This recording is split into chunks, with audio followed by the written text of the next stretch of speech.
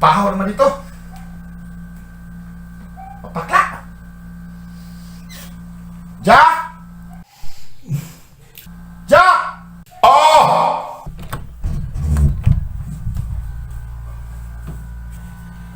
Bakit pa? Bakit amoy Clorox dito sa kwarto mo? Hindi ko po alam. Magsabi ka ng totoo. Hindi ko po talaga alam. Ang alam ko lang po, nagwalis si Inday dito. Inday! Inday! Bakit po, sir? Naglinis ka ba dito kanina? Opo, sir. Anong ginamit mo panlinis?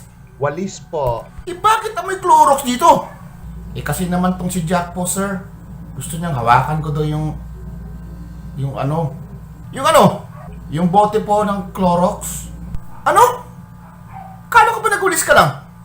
Opo. Ang bihira ka talagang bata ka.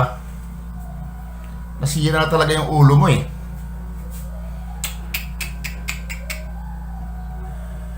Kapag di mo tinigilan yung kalokohan mo, nako.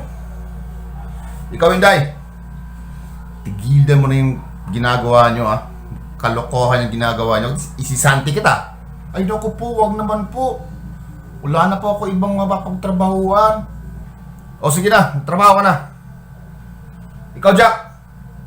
Pumasok na sa eskwela. Tang, ina itong bata ito.